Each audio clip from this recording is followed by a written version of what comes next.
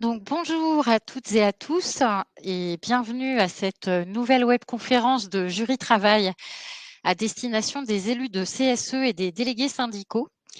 Nous allons aborder aujourd'hui l'épineuse mission que nous avons à mener lorsqu'on assiste un salarié lors d'une procédure disciplinaire. Donc moi, je suis Myriam Victor, chargée des CSE chez Jury Travail, et je suis moi-même élue de CSE et déléguée syndicale. C'est une situation à laquelle j'ai été moi-même confrontée, et je vous présente Gwenaëlle Petit, qui est un juriste expert chez Jury Travail. Bonjour Gwenaëlle et merci beaucoup d'être avec nous. Bonjour Myriam, bonjour à tous. Alors quelques mots pour présenter à celles et ceux qui ne nous connaîtraient pas encore Jury Travail. Donc Jury Travail, c'est le leader de l'information juridique en ligne depuis 20 ans.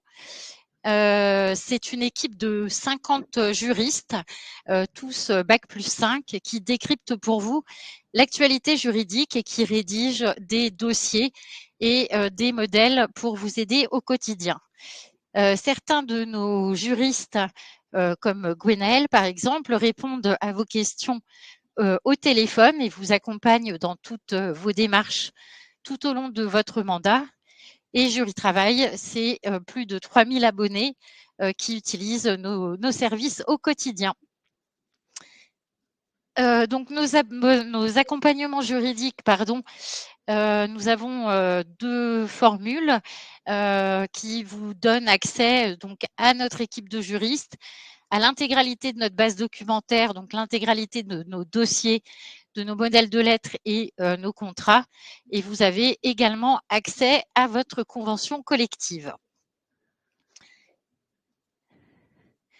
Alors, quelques mots pour présenter un petit peu ce sujet de l'assistance d'un salarié, et c'est ce que nous développerons ensemble au cours de la webconférence. Donc, avant l'entretien, il faut d'abord vérifier que la procédure est bien respectée. Il faut préparer l'entretien avec le salarié et donc bien l'écouter à ce moment-là. Ensuite vient le moment de l'assistance proprement dite au cours de l'entretien. Puis, vous jouerez le rôle de témoin en rendant votre compte rendu.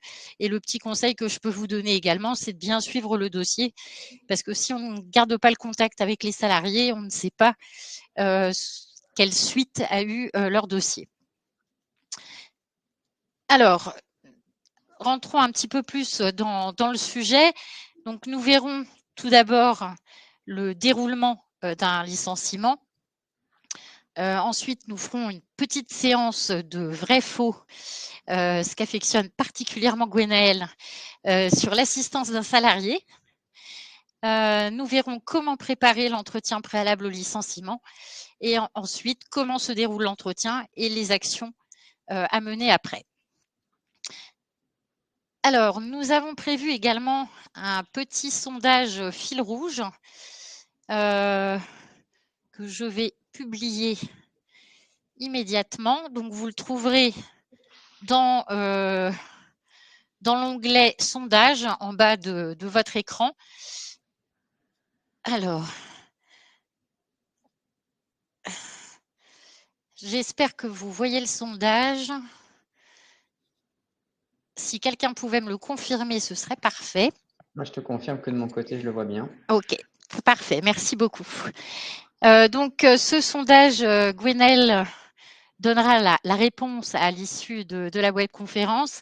Donc, est-ce que la DRH d'une filiale de l'entreprise peut assister l'employeur lors de l'entretien préalable? Est-ce que c'est vrai? Est-ce que c'est faux? Et donc, rendez-vous à la fin de la webconférence pour avoir la réponse.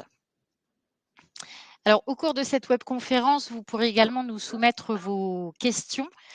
Donc, je vous invite vraiment à utiliser l'onglet questions qui est juste à côté l'onglet sondage pour les poser, et nous essaierons d'en prendre quelques-unes pour y répondre à la fin de la webconférence. Alors, commençons par une première question. Dans quel cas un salarié peut-il se faire assister et par qui? Alors, du coup, pour te répondre à cette question, il va y avoir 3 grandes thématiques, pour lesquelles effectivement le salarié peut se faire assister. Il va y avoir lors de l'entretien préalable en vue d'un licenciement. Il y a également lors de l'entretien pour la procédure de négociation pour une rupture conventionnelle et il y a également l'entretien en vue d'une sanction disciplinaire. Nous verrons un petit peu plus tard dans la webconférence que toutes les sanctions disciplinaires ne permettent pas d'être assistées par justement, justement des délégués syndicaux, des représentants du personnel ou des conseillers. Et justement, qui peut y assister? Ben, je viens de les dire, hein, ça va être en priorité des personnes de l'entreprise, donc des représentants du personnel de manière générale, ou alors si vraiment dans l'entreprise il y a un défaut du coup de représentativité, dans ce cas-là, le salarié peut se faire assister par un conseiller du salarié qui peut trouver justement donc une liste départementale est prévue soit en mairie, soit auprès de l'inspection du travail. Voilà. Merci beaucoup. Donc, comme je le disais au début, il est important de vérifier que les procédures sont correctement respectées. Quelle est la procédure de licenciement? Et est-ce que tu peux nous rappeler quels délais doivent respecter les employeurs? Alors, je fais juste un tout petit aparté. La procédure qu'on va voir ensemble, c'est la procédure classique. Pour Mmh. des questions de procédure un peu techniques comme la procédure de licenciement pour inaptitude ou économique, il y a des choses un petit peu particulières. Et là, je vous inviterai effectivement à nous envoyer directement vos questions si vous êtes confronté à cette situation. Mais dans le cas d'une procédure de licenciement classique, ça va se procéder en trois grandes matières. Il va y avoir la convocation à un entretien préalable. Donc la convocation, elle va contenir l'objet de l'entretien, la date, l'heure et le lieu de l'entretien. Elle va indiquer justement dans cette lettre la possibilité pour le salarié d'être assisté lors de l'entretien. Ensuite, une fois que le salarié a reçu cette lettre de convocation, il va y avoir un délai de 5 jours ouvrables entre la lettre et l'entretien préalable. 5 jours minimum, hein. Une fois arrivé effectivement à ces 5 jours, il va y avoir la convocation à l'entretien préalable. Le but de cette démarche, ça va être l'employeur ou à son représentant de recevoir justement le salarié et la personne qui va l'assister s'il décide de se faire assister. L'employeur va exposer grossièrement les motifs qu'il reproche justement au salarié et la décision qu'il envisage de faire. Il va ensuite recueillir les explications du salarié et enfin, il va avoir à la fin du coup de la procédure de l'entretien une décision qui va être potentiellement donnée par l'employeur. Sachant que, ce qu'il faut savoir, c'est que pour l'entretien préalable, le salarié n'a aucune obligation d'y assister. C'est toujours préférable et on verra pourquoi tout à l'heure, on détaillera avec Myriam, mais voilà, en aucun cas, il n'a l'obligation d'y assister et sachant que son absence ne va pas stopper du coup la procédure. La procédure de licenciement va continuer, qu'il soit là ou non. Une fois que l'entretien préalable a eu lieu, entre 2 jours et 1 mois à compter de cet entretien, l'employeur devra notifier par lettre recommandée avec accusé de réception au salarié la décision qu'il compte faire du coup à cette suite de licenciement. Alors, généralement, la notification de licenciement va contenir le motif du coup du licenciement et tout ce qui a été prévu lors de cet entretien. 2 jours minimum et 1 jour maximum. Si c'est donné avant ou si c'est donné après ce délai-là, la procédure n'est pas bonne. Et dans ce cas-là, il y aura potentiellement une contestation à faire. Petit détail que je voudrais rajouter, c'est que si la lettre du coup de notification de licenciement n'est pas assez explicite, le salarié a la possibilité de demander des explications plus précises à nos employeurs dans un délai de 15 jours. Et l'employeur a lui-même 15 jours supplémentaires pour lui répondre. Très bien, merci beaucoup. Alors, dans certains cas, les employeurs procèdent à une mise à pied conservatoire. Quelle conclusion peut-on en tirer sur la suite que souhaite donner l'employeur? Et y a-t-il d'autres nouveaux délais à respecter dans ce genre de cas? Alors, pareil, je vais faire une petite aparté. Il faut quand même faire la distinction entre une mise à pied conservatoire et une mise à pied Mmh. disciplinaire. Tout Le à but fait. de la mise à pied disciplinaire, c'est effectivement une sanction qui va être donnée suite à un acte que le salarié aurait fait. Et donc, suite à la mise à pied disciplinaire, il n'y aura pas d'autres sanctions qui seront prises concernant le fait concerné. À la différence du coup de la mise à pied disciplinaire, la mise à pied conservatoire en elle-même n'est pas une sanction disciplinaire. C'est une prise, une sorte de sanction à titre préventif. Si les faits reprochés aux salariés sont suffisamment graves et qu'elles ne permettent pas aux salariés de rester dans l'entreprise, la mise à pied conservatoire sera nécessaire. Et du coup, ça permettra à l'employeur de décider du sort justement de ce collaborateur, sachant que la mise à pied conservatoire va entraîner une suspension du contrat. Les délais. Alors, les délais, l'employeur, il a un délai de 2 mois entre la faute et la sanction. C'est ce qui est prévu justement par la jurisprudence. Et au-delà de ce délai de 2 mois, la mise à pied ne sera pas justifiée. Ensuite, une petite chose à préciser, c'est que entre la mise à pied conservatoire et l'entretien, parce que c'est ça qui va effectivement découler de la mise à pied conservatoire, ça va être un entretien préalable en vue d'un licenciement.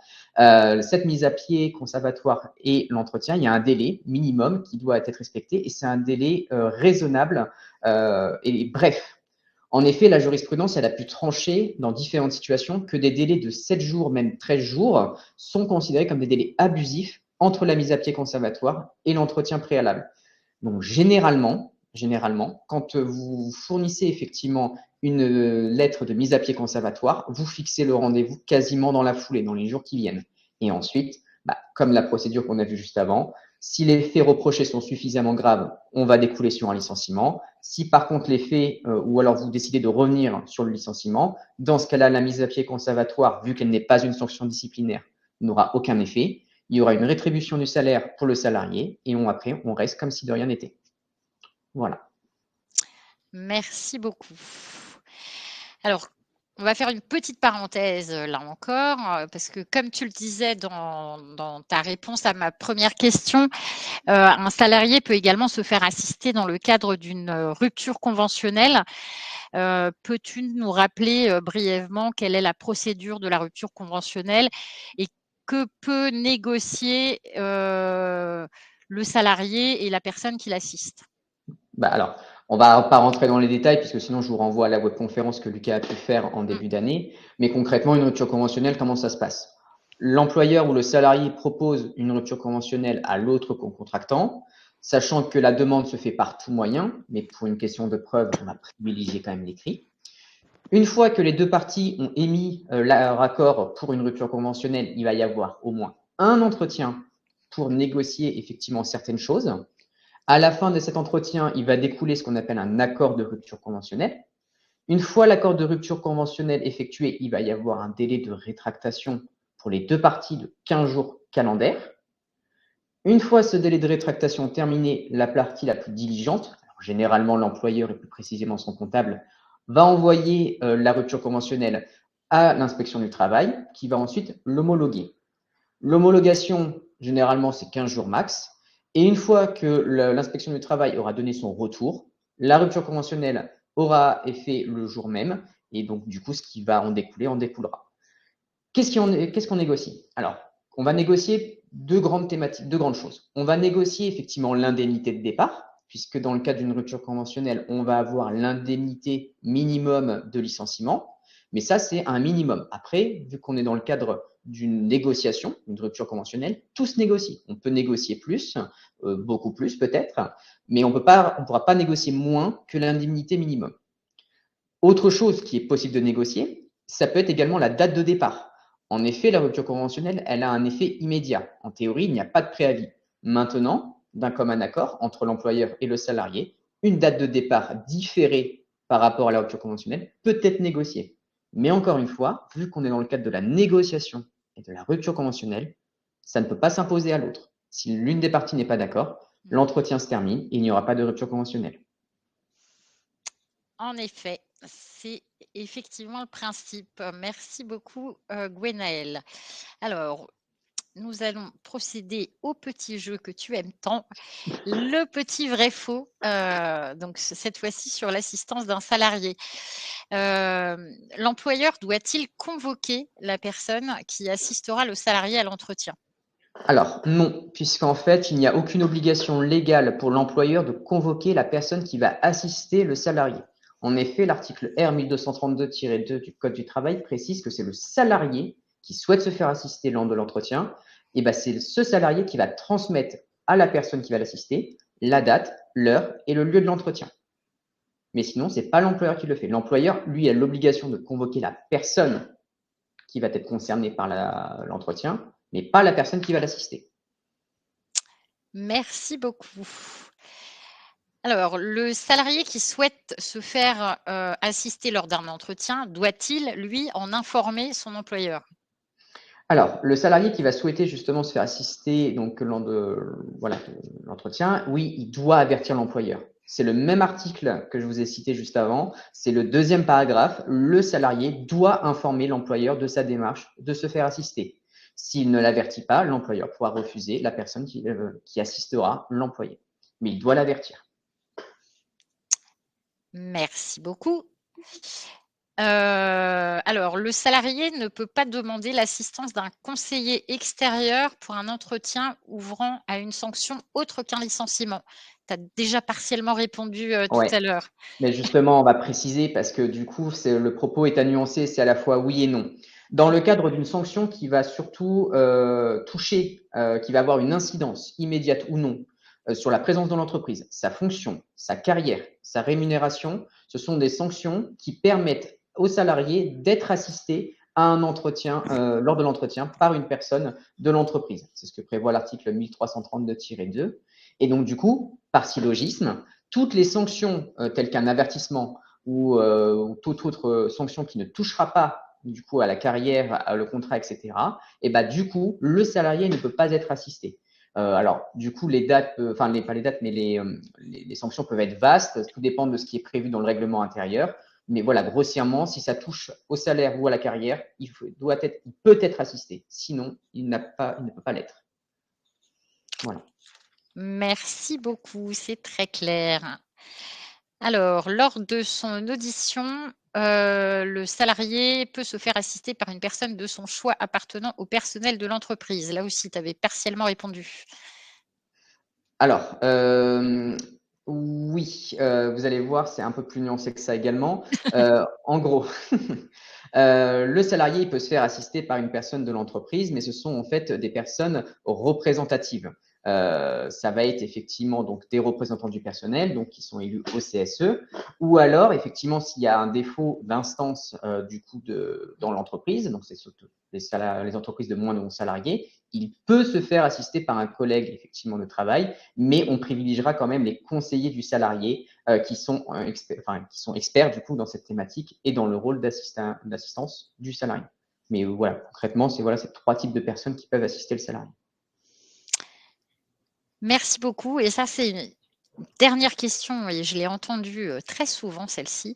L'employeur peut-il se faire assister si le salarié vient seul à l'entretien? Alors, dans la théorie, oui, puisque la Cour d'appel de Bordeaux le rappelle lors d'un arrêt du 23 mars 2022, le fait que le salarié refuse d'être assisté lors de son entretien ne prive pas l'employeur d'être lui-même assisté. Mais il y a quand même une nuance à apporter. Son assistance, le salarié, ne doit pas en fait détourner le licenciement de sa nature propre justement à un entretien classique. En effet, il va y avoir une présomption rappelée par un arrêt de la Cour de cassation de 2010 qui dit que dans le cadre d'une multitude de personnes du côté employeur, il va y avoir une présomption qui dit que l'entretien sera effectivement transformé donc d'un entretien en licenciement à une enquête. Et dans cette situation, la procédure de licenciement est irrégulière et il faudra que l'employeur justifie que l'assistance de la personne avec qui il était soit justifiée et que ce licenciement ne soit pas détourné. Mais voilà, en théorie, il peut, mais attention à ce que le licenciement ne soit pas détourné. Merci beaucoup. Alors, passons maintenant à la préparation, de l'entretien préalable au licenciement qui est l'entretien le plus fréquent auquel des élus de CSE sont amenés à assister un salarié, l'employeur est-il tenu de mentionner les faits qu'il reproche aux salariés dans la lettre de convocation? Alors, ben non. Non, non, comme on l'a vu précédemment, l'employeur, il a juste l'obligation de mentionner le motif. Donc, si ça va être un entretien en vue d'un licenciement, c'est le motif. Il n'y a pas besoin de préciser plus. La date, l'heure et le lieu. Et donc, du coup, outre ces limites-là, l'employeur a la possibilité, hein, c'est pas parce qu'il n'est pas obligé qu'il ne peut pas le faire, mais il n'a pas l'obligation, du coup, de mentionner les motifs. Et du coup, toi, Myriam, de ton expérience, qu'est-ce que ça a pu donner, cette absence de mention de motifs lors de la préparation à l'entretien préalable? Qu'est-ce que tu as pu voir, toi, de ton côté? Mais c'est très problématique à gérer, et je pense notamment à deux cas qui se sont produits. Le premier cas, là, j'ai envie de dire, c'est un peu aussi la responsabilité du salarié qui aurait dû être capable de me prévenir et de me dire ce qui lui était reproché, puisqu'elle avait eu de nombreux mails de recadrage en termes d'insuffisance professionnelle, mais pour elle, elle ne voyait aucune raison qui pourrait entraîner un licenciement la concernant. Et bah, ça a été très compliqué du coup de la défendre ensuite, enfin, parce que la préparation était quand même bien faussée. Et un autre cas où du coup j'avais un peu aussi surréagi justement par rapport au cas de cette salariée qui avait été incapable de me dire ce qui potentiellement pouvait lui être reproché.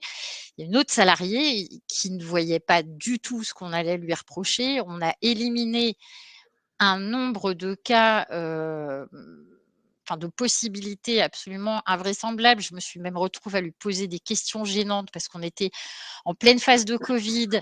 Il lui manquait du matériel pour travailler en télétravail. Elle a été autorisée, de manière exceptionnelle à accéder aux locaux pour récupérer ce matériel. Comme je savais qu'il y avait de la vidéosurveillance, je lui ai dit: «Mais tu es sûre? Tu as rien pris dans les locaux?» Et à la fin, on en était arrivé à la seule conclusion qui s'imposait, c'est que, et pour le coup, c'était juste, il y avait eu une nuisance de la part de certains salariés et elle avait fait l'objet de dénonciations calomnieuses au sein de l'entreprise. Et Mmh. ça, c'est assez détestable de poser des questions, «Tu es sûr que tu as rien pris dans les locaux en dehors de ce que tu avais besoin?»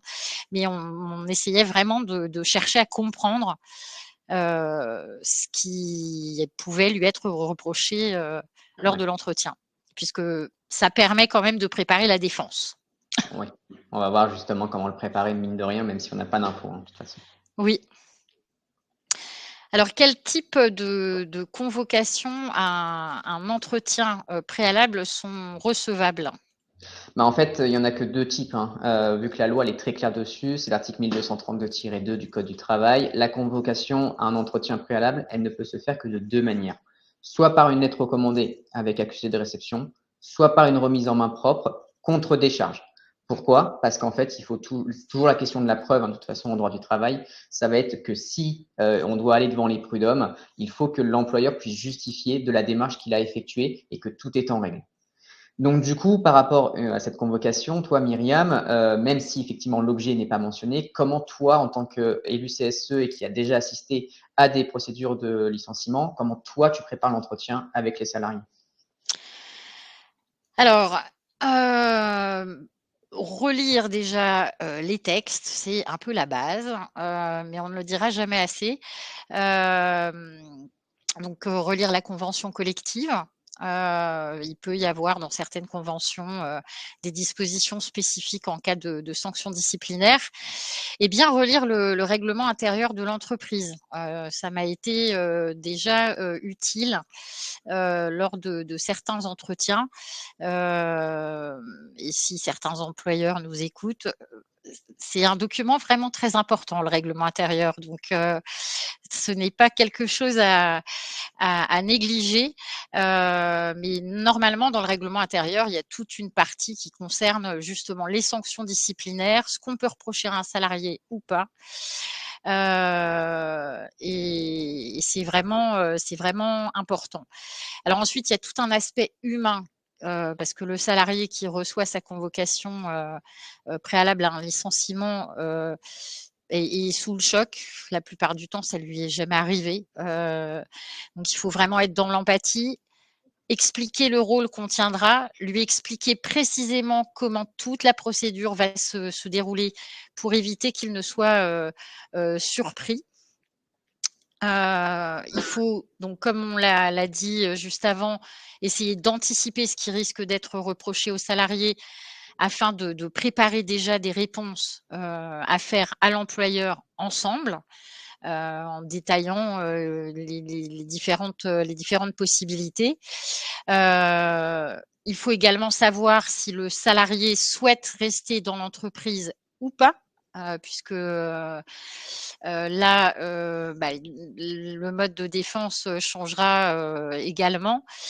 Et vraiment quelque chose qui me paraît important en termes humains et qui a toujours été très apprécié par les salariés que j'ai eu à assister, c'est le jour de l'entretien, avant l'entretien, prendre du temps avec le salarié pour l'aider à se détendre et lui rappeler qu'il n'ira pas seul face à l'employeur, qu'on est à ses côtés pour l'aider à prendre la parole et pour l'aider à se défendre. Super. Alors, au niveau du déroulement de l'entretien, j'ai une slide de retard. Donc, comment se déroule l'entretien et comment aider le salarié à mieux se défendre? Alors, grossièrement, l'entretien préalable, il va se dérouler en 2 parties, hein. L'entretien préalable, le but, c'est d'engager justement une discussion entre l'employeur et le salarié sur les faits qui sont reprochés. Donc, comme je viens de vous le dire, ça se déroule en 2 étapes. Dans un premier temps, l'employeur va exposer au salarié précisément les motifs qui justifient le potentiel, le licenciement ou sanction disciplinaire qui va aller avec. Et le but derrière, c'est que le salarié, lui, va disposer d'un second temps pour pouvoir justement apporter ses propres explications avec une volonté derrière de trouver une solution amiable pour éviter la sanction qui va derrière. Maintenant, comment aider le salarié? Comment toi, justement, lors des entretiens, purement vraiment de l'entretien, comment toi, tu as pu aider les salariés que tu as pu assister? Alors, moi, sur le déroulement, alors il y a certaines fois où ça s'est effectivement déroulé en 2 temps. L'employeur qui expose les griefs, le salarié qui répond. Et dans ce genre de conditions, il faut vraiment conseiller aux salariés de prendre des notes sur tout ce que dit l'employeur pour pouvoir vraiment répondre point par point à ce qui lui est reproché. C'est vraiment essentiel.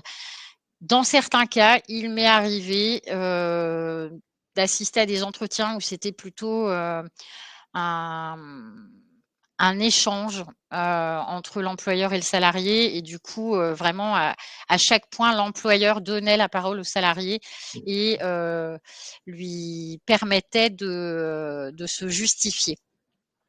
D'accord. Et je me souviens notamment donc d'une salariée qui elle a refusé de prendre toute note pendant l'entretien. Et là, pour le coup, c'était, comme tu le disais, un entretien vraiment en 2 parties avec l'employeur qui expose ses griefs et le salarié qui répond ensuite. Elle s'est retrouvée en guise de défense à juste dire c'est vraiment injuste. Mmh. Ça n'a aucun poids sur Ouais. l'employeur. Il faut vraiment argumenter sur les différents griefs. Et D'accord. la personne qui assiste le salarié, elle aussi doit prendre le plus de notes possible, déjà pour pour éventuellement redonner la parole au salarié au cours de l'entretien si on sent qu'il n'a pas répondu à un des reproches qui lui étaient faits. Donc reposer une question pour lui donner l'occasion de se justifier. Et puis ces notes seront surtout très utiles pour le compte-rendu de l'entretien dont nous parlerons un petit peu plus tard au cours de la webconférence. D'accord, super. Alors, la personne qui assiste le salarié peut-il prendre la parole au cours de l'entretien? Oui, c'est même fortement, du coup conseillé puisque comme tu viens de l'expliquer, le but de la personne qui va assister le salarié, ça va être effectivement de le guider, et de l'aider donc, dans la démarche, face à l'employeur. Donc ça va être effectivement de rappeler également aux 2 parties, qu'effectivement il y a des règles dans la procédure, mais également dans le règlement intérieur. Ça l'aider également donc dans les règles de droit ou dans les choses qui lui sont reprochées, mais également du coup de l'aider tout simplement. Donc oui, il n'y a aucune interdiction légale et même du coup d'un point de vue général, c'est conseillé que celui-ci interagisse. Maintenant, tout dépend de la situation, tout dépend des faits qui sont reprochés et tout dépend de effectivement si la procédure a été respectée. Voilà grossièrement ce qu'il en est. Mais justement, on va en discuter du compte rendu justement dans la question d'après. Mmh. Alors, si cette question est présente, c'est que je sais pertinemment que certains employeurs ne se privent pas de reléguer l'assistant du salarié au simple rôle de témoin. C'est ce qui m'est arrivé lors du premier entretien préalable auquel j'ai assisté avec un salarié. Je venais à peine d'être élue. C'est une anecdote que j'avais racontée un petit peu sur LinkedIn pour les personnes qui me suivent sur ce réseau. Je venais vraiment à peine d'être élue puisque le deuxième tour des élections n'avait pas eu lieu. Donc j'aime autant vous dire que la formation des élus, il n'en était pas question. Et l'employeur, du coup, avait essayé de profiter de mon inexpérience en me disant non, toi, tu es là pour écouter, pour prendre des notes, tu ne participes aucunement des débats. Et comme vient de nous le rappeler Gwenaëlle, ce n'est absolument pas le cas. Rien ne nous interdit de le faire et au contraire, c'est vivement recommandé. Ça peut permettre aussi, dans certains cas, de demander à l'employeur des explications complémentaires. Je me souviens notamment du cas d'une salariée, donc c'est celle qui avait été victime de dénonciations calomnieuses de la part de certaines collègues, où la question de l'obtention de la preuve se posait puisque son licenciement était basé de manière très ubuesque sur 2 posts Facebook de personnes étrangères à la boîte, enfin à l'entreprise, pardon. Et sur ces 2 comptes, ces 2 publications étaient faites sur le compte privé de ces 2 personnes étrangères à l'entreprise. Donc il fallait être ami sur Facebook, puisqu'il s'agissait de Facebook à ce moment, enfin pour ce cas-là, pour pouvoir avoir accès à ces informations. Donc ça, c'est aussi des choses qui peuvent se poser. Alors, quels sont les points essentiels auxquels il faut faire attention pour la rédaction du compte rendu? Et autre question que se posent très fréquemment les élus, doit-il être obligatoirement signé par l'employeur? D'accord. Alors, du coup, concrètement, ce qui va être important dans le compte rendu, pour l'assistance du salarié, ça va être de retracer l'ensemble, des échanges qu'il va y avoir lors de l'entretien. Il n'est pas nécessaire, que du coup, ça retranscrive tout parfaitement, mais il doit y avoir les idées générales, qui doivent être retranscrites et les échanges qu'il y a eu. La question effectivement de savoir est-ce que l'employeur doit signer obligatoirement le compte rendu? Non, légalement parlant, il y a aucune obligation, que celui-ci, le soit. Mais effectivement, ça a été rappelé par la jurisprudence, mais si le compte rendu effectivement est contresigné par l'ensemble des parties présents, du coup lors de l'entretien préalable, ce compte rendu aura une force probante au prud'homme si le salarié souhaite contester son licenciement. Mais du coup, si le compte-rendu à défaut n'est pas signé, par contre, effectivement, ça n'aura pas de valeur probante, mais en contrepartie de cela, s'il le souhaite, la personne qui a assisté le salarié aura le droit de témoigner pour la procédure de contestation. Voilà ce qu'il en est. Alors effectivement, oui, ce compte rendu doit être vraiment très complet et le plus objectif possible, comme tu le disais, parce que c'est vraiment une pièce qui est essentielle pour les prud'hommes. Enfin, si le litige va jusqu'au prud'homme. Et ce qui est très important, entre autres, c'est qu'il fixe, en fait, tu me diras si je me trompe, hein, Gwenaëlle, mais il fixe les griefs qui sont reprochés par l'employeur aux Exactement. salariés. Donc l'employeur, en cours de procédure, ne pourra pas rajouter d'autres griefs qui n'ont pas été mentionnés dans l'entretien. Et enfin, parfois, certains comptes rendus ont vraiment, oui, enfin, contresignés par l'employeur, comme tu le comme tu le disais, ont vraiment une valeur probante. Je me souviens notamment d'une fois, un entretien, où c'était encore un licenciement assez incompréhensible. Hem et tout le long de l'entretien, je n'avais eu de cesse de dire: «Mais je ne comprends pas». On reproche à une salariée des faits qui se sont déroulés dans le cadre de sa vie privée. Alors certes, ça concernait des clients et des prestataires de services, mais c'était pris sur le temps privé de la salariée et je m'étais assurée que dans le règlement intérieur de l'entreprise, il y avait justement rien qui était fixé sur les rapports entre salariés et clients et prestataires. Ouais. Et c'était le cas. Donc pendant tout l'entretien, je n'ai vraiment eu de cesse de marteler, le fait que là, on reprochait quelque chose qui s'était passé dans le cadre, du sein privé de la vie de la salariée. Et le DRH avait une phrase, malheureuse, un petit peu pour mettre fin sans doute à mon insistance, il avait dit, «On se trompe peut-être, mais on assume ou on assumera». Phrase que j'ai bien évidemment, rédigée mot pour mot dans le compte rendu parce que celle-là, était vraiment gravée dans nos mémoires tant elle était, inattendue et inespérée. Et j'ai malgré tout réussi à faire signer, ce compte rendu à l'employeur, et la salariée a bien évidemment gagné, au prud'homme par la suite. Voilà. D'où l'importance, effectivement, que le compte rendu soit signé par les deux parties. Tout à Effectivement. fait. Alors, après l'entretien, donc que doit-on voir, avec le salarié? Du coup, après l'entretien, justement, que doit-on voir avec le salarié? Toi, qu'est-ce que tu vois avec le salarié lors de celle-ci? Alors, moi, Grossièrement.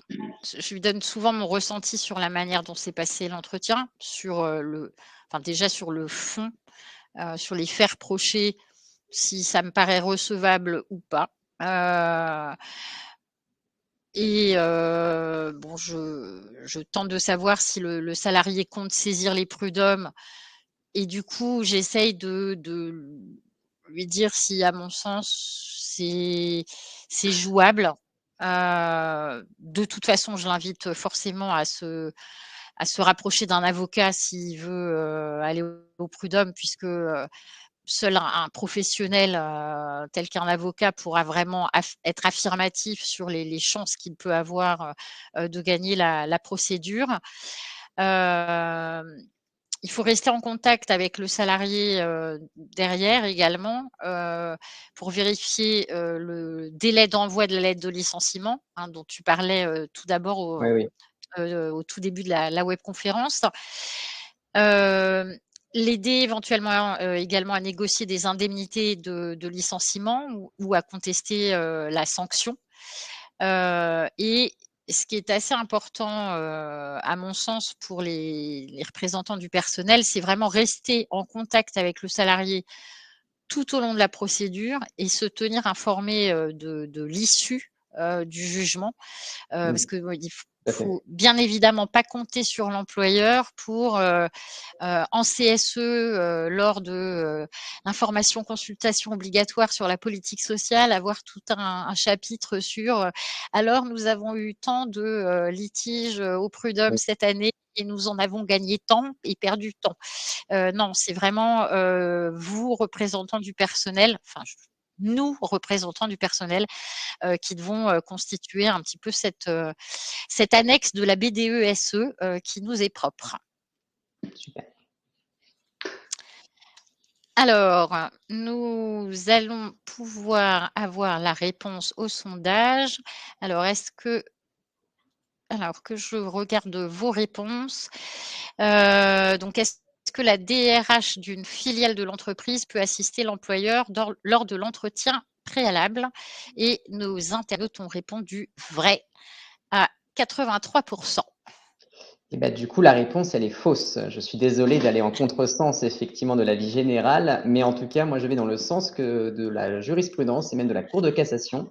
Dans un arrêt du 20 octobre 2021, il a été rappelé qu'effectivement, la DRH de la filiale de l'entreprise ne peut pas assister l'employeur lors de l'entretien préalable. Pourquoi? Parce qu'il a été rappelé lors de cet arrêt que la personne qui assiste l'employeur doit être une personne qui travaille de manière effective dans l'entreprise concernée par justement cet entretien préalable. Donc, ça veut dire qu'effectivement, la DRH de la filiale ne peut pas. Il peut être assisté de la RH de la société, mais pas la DRH de la filiale. Ça ne fonctionne pas. Très bien, merci beaucoup. Donc on va procéder, on va répondre aux questions de nos internautes. Alors vos questions sont très nombreuses, donc n'hésitez pas, Mylène vous a envoyé un lien, qui vous permettra de poser gratuitement votre première question, à nos juristes. Donc n'hésitez pas à vous en servir parce que nous n'aurons malheureusement pas le temps de répondre à toutes. Alors, quelques questions.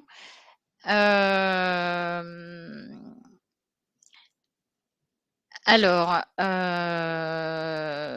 est-ce qu'un salarié qui a eu un entretien préalable en vue de licenciement peut travailler dans une autre entreprise alors qu'il n'a pas reçu sa lettre de licenciement? Mmh. Certains employeurs mettent en effet du temps à envoyer la fameuse lettre de licenciement. Non, alors je réponds tout de suite à la question, puisqu'il y a un principe du coup qui est que entre l'entretien préalable et effectivement la notification de licenciement, le salarié est toujours salarié du coup de l'entreprise. Du coup, il ne peut pas aller effectivement travailler dans une autre entreprise, puisque du coup, il y a le principe quand même de loyauté. En plus de cela, à suite à l'entretien préalable, comme je l'ai rappelé précédemment, il n'y a pas nécessairement à la fin un licenciement, d'accord? Il peut y avoir une remise du coup en question donc de la part de l'employeur sur les faits qui sont reprochés et du coup une annulation effectivement de cette procédure. Donc non, un salarié ne veut pas aller à travailler ailleurs tant qu'il n'a pas reçu la notification. Pour rappel, les délais légaux qui sont prévus par la loi, c'est entre 2 jours et 1 mois. C'est au-delà de 1 mois que là, effectivement, le salarié peut intenter une action pour un vice de procédure et également aller trouver du travail ailleurs, puisque là, il y aura une irrégularité. Très bien. Alors, autre petite question. Une fois l'employeur prévenu que le salarié va être assisté, peut-il refuser le fait que le salarié soit assisté? Alors non, dans les faits, non, l'employeur ne peut absolument pas refuser effectivement que le salarié soit assisté. Pourquoi? Parce que ça fait partie de son droit le plus absolu, sachant que le fait d'être assisté, pour un salarié, c'est un article de loi qui est prévu dans le code du travail. Cet article de loi, il est d'ordre public. Pour vous vulgariser, ça veut dire que concrètement, aucun texte ne peut déroger à ce principe-là. Donc une fois qu'effectivement le salarié est assisté, l'employeur ne peut pas refuser. Potentiellement, il pourrait refuser si effectivement la personne qui assiste le salarié, pardon, n'est pas une personne habilitée pour. Je prends l'exemple typiquement d'une question qu'on a très souvent, c'est est-ce que le salarié peut se faire assister d'un avocat lors de l'entretien préalable? Non, Mmh, ce n'est pas une personne habilitée par le Code du travail. Et sur ce motif-là, par contre, l'employeur pourrait refuser. d'accord. Merci beaucoup. Alors, on va prendre juste une dernière question. Est-ce qu'une lettre de convocation envoyée par email, si le salarié est en télétravail, est un vice de forme? Oui, puisque pour rappel, vraiment, le code du travail, il est très strict dessus. Il n'impose que 2 types d'envoi de lettres de convocation. C'est ou par lettre recommandée avec accusé de réception ou remise en main propre contre signature. Tout autre moyen n'est pas prévu par le code du travail et donc entraînera un vice de procédure. Très bien. Merci encore, Gwenaëlle, pour tes précieuses explications. Donc, je vous rappelle que vous pouvez poser vos questions à nos juristes. Mylène vous a renvoyé le lien. N'hésitez pas à le faire, puisque la première question posée est totalement gratuite et sans engagement. Donc, vous pouvez également aller plus loin sur ce sujet grâce à nos dossiers et nos modèles de lettres. Nous avons donc tout un dossier sur la procédure disciplinaire et le rôle du CSE dans l'assistance des salariés. Et je vous ai également mis le lien d'un modèle de lettres que vous pouvez fournir aux salariés concernés pour contester une sanction prononcée de manière irrégulière. Je vous rappelle également nos accompagnements juridiques que nous proposons sur JuriTravaj, donc qui vous donnent accès à notre équipe de juristes, mais également à l'intégralité de notre base documentaire. Ça vous fera gagner vraiment un temps précieux dans votre mandat. Donc, n'hésitez pas à regarder ces offres attentivement, puisque c'est vraiment un atout essentiel pour les élus de CSE. Enfin, je vous invite à notre prochaine webconférence, donc qui est assez éloignée dans le temps, vacances scolaires oblige, puisque ce sera donc le 14 mai à 14 heures. Nous traiterons du sujet de la discrimination syndicale et nous vous donnerons des pistes pour vous aider à l'identifier et à l'approuver. Enfin, chez JuriTravaj, nous sommes très attachés à l'avis de nos clients et donc de nos spectateurs, en l'occurrence pour la webconférence.